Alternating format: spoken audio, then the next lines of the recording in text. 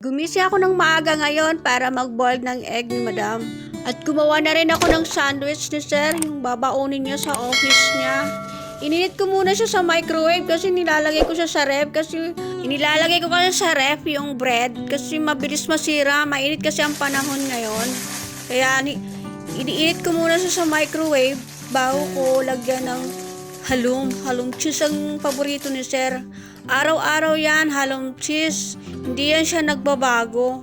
Ayaw niya. Dati-rati iba-iba ko ang palaman na ginagamit ko. Kasi marami sa ref mga palaman, iba-iba. So inisip ko, maiba naman ang ilalagay ko na palaman sa sandwich niya. Iniisip ko kasi baka magsawa siya. Nung ginawa ko yun, tumawag siya kay Madam. Sabi niya, bakit iniba ni Rowena yung sandwich ko? Kaya minisis ako agad ni Madam. Sabi ni Madam, Rowena, sa susunod, halong cheese lang. Ayaw ng amo mo ng iba-iba na palaman. Papapasana all ka na lang. Sana lahat ng lalaki ganon. Ayaw nila ng paiba-iba. Only one. Isa lang ang gusto. Ayan, binubuksan ko na yung halong. Ngayon, hinihiwa ko na siya. Ay, nako, ganito ang buhay ng OFW. Ayan na, tapos ko nang balutin. Tapos ngayon, ilalagay ko naman siya sa plastic. Pati yung saging niya, ilalagay ko rin sa plastic.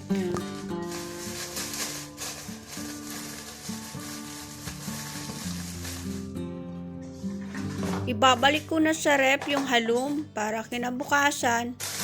Okay pa siya, pati yung tinapay. Ang igagay ko naman ngayon ang prutas na dadalhin ni Sir. Nagbabaon din si Sir ng prutas sa office niya. Yun ang kinakain niya. Ang ginagawa ko, paiba-iba. Sa prutas, okay lang na everyday, alternate. Ngayon, pears, ang ilalagay ko sa baunan niya. Ayan, hinihiwa ko siya. Para kung kakain siya, hindi na siya mahirapan. Dukot na lang siya ng dukot sa kanyang baunan. Ihiwa ko sa gitna para matanggal yung seeds niya. Kasi dati-rati, buo ko lang siyang nilalagay. So, naisip ko, bakit ganito tumingin si Sir? Baka iniisip niya, bakit hindi naayos ni Rowena yung paglalagay ng mga prutas sa baunan ko. Kaya, ganyan ginawa ko, hinihiwa-hiwa ko na lang. Yan. Tapos na rin kong mahiwa tong pears na to. Ang susunod kong hihiwain, ay may kulay itim, tatanggalin ko. Ayan, tapos na. Tapon ko muna to. Ngayon naman, ang tatanggalan ko ay yung strawberry. Tama, strawberry nga to. Banda ng sa may tangkay, tatanggalin ko yan. Para kung kakain siya, subo na lang siya ng subo. Kasi nakita ko siya, nung paalis siya, nagda-drive siya. Akala ko sa office siya na kumakain, hindi pala, sa daan. Habang nagda-drive siya, kinakain niya itong mga baon niya. Kaya kailangan tanggal ko na yung tangkay niya para subo na lang siya ng subo kasi nagda-drive siya. Nakita ko siya eh. Ngayon naman tapos na yung prutas niya. Ito naman ang gagawin ko. Ang ilalagay ko naman ang mga paborito niyang chocolate. Sa tinagal-tagal ko na rito sa kanila na nagtatrabaho, palagi yan. Hindi siya nagbabago talaga ng dadalhin ng mga sweet. Lalong-lalo na yan.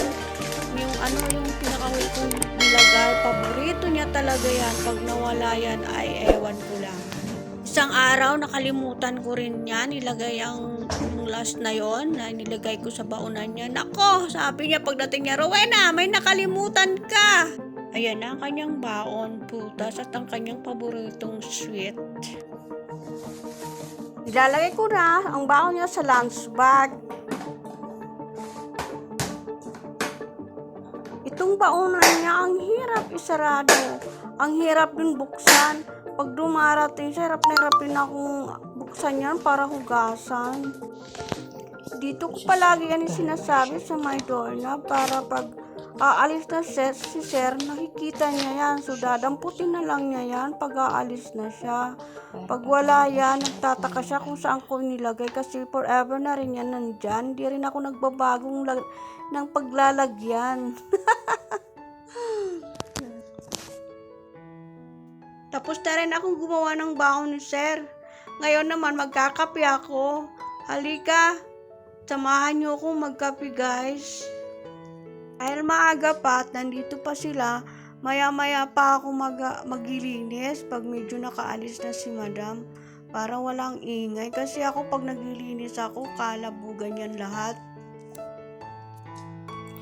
Kape po tayo. Nagising na si madam. Nagsabi siya sa akin, gawan ko rin daw siya ng prutas na babaunin niya. Kaya ito, sabi ko, ano bang gusto mo? Sabi niya, kung anong meron dyan, ikaw nang bahala. So naisip ko, ang gusto niyang palaging dinadala sa school ay orange, minsan mango. Kahapon mango ang pinadala ko sa kanya, kaya ngayon naman orange. Sabi ko, orange madam, gusto mo ba? Sabi niya, okay. Kung anong meron dyan, gawin mo. Para may makain naman ako sa school. Ang amo ko palang babae, isa siyang teacher.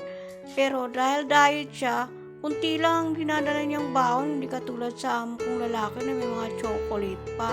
Siya wala. Tinitingnan ko, baka lumabas na siya ng room niya. Kasi nagsabi siya sa akin, nakabihis na. Hindi ibig sabihin, aalis na siya, kaya nagmamadali rin ako matapos to kasi sinabi niya sa akin on the spot, parang paalis na siya, kaya nagmamadali na rin akong matapos to. Yan, laki-laki tong orange na to. Kaya nilagay ko na rin sa kanyang lunch bag yung baon ni madam. Wala na sila lahat, so kailangan ko naman na mag-start maglinis. Total, nakapagkape na ako.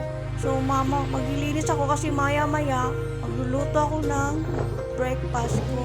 Ang iniisip kong lutuin, parang gusto kong kumain ng sopas, kaya kailangan ko magmadali maglinis. Nagluluto ako ngayon ng sopas, breakfast ko.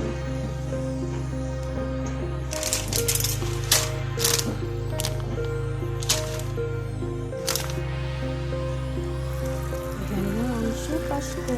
Ito na siya. Dahil malamig ang panahon ngayon, kaya ito, sopas sa malamig na panahon. Kain po tayo, breakfast. Malamig na kasi ang panahon dito sa Jordan.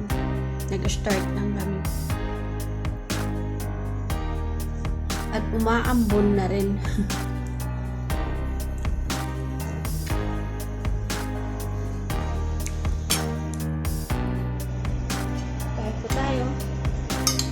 Niluto ko ng sopas. Naglalaba na naman ako.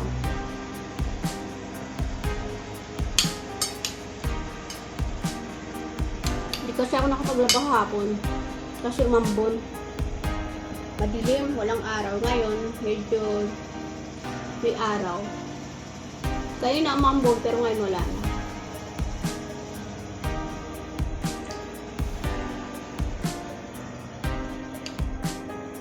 Sarap. Tuwing malamig lang ng panahon ako nagluluto ng ganito. Si madam kumakain dito. Kasi rin ko pa nakita na kumain.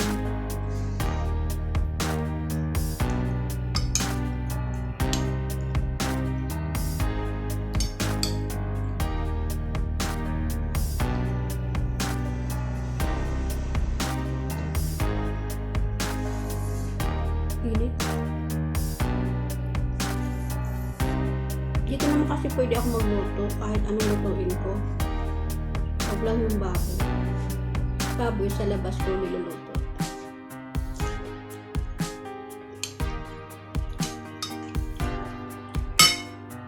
Walang problema kay madam. Tsaka kay sir. Kasi nga nung hindi pa 24 hours day off ko. Pag may party, dito ako nagluluto ng kakainin sa labas. Inadala ko sa labas. Like, apritada, yung chicken apritada, yung gano'n.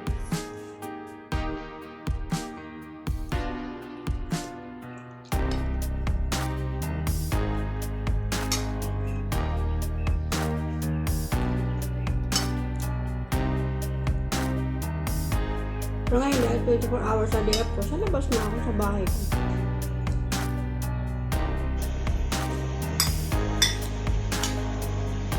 Thank you for watching. Please subscribe my YouTube channel. gawin ako finish vlog. Thank you po.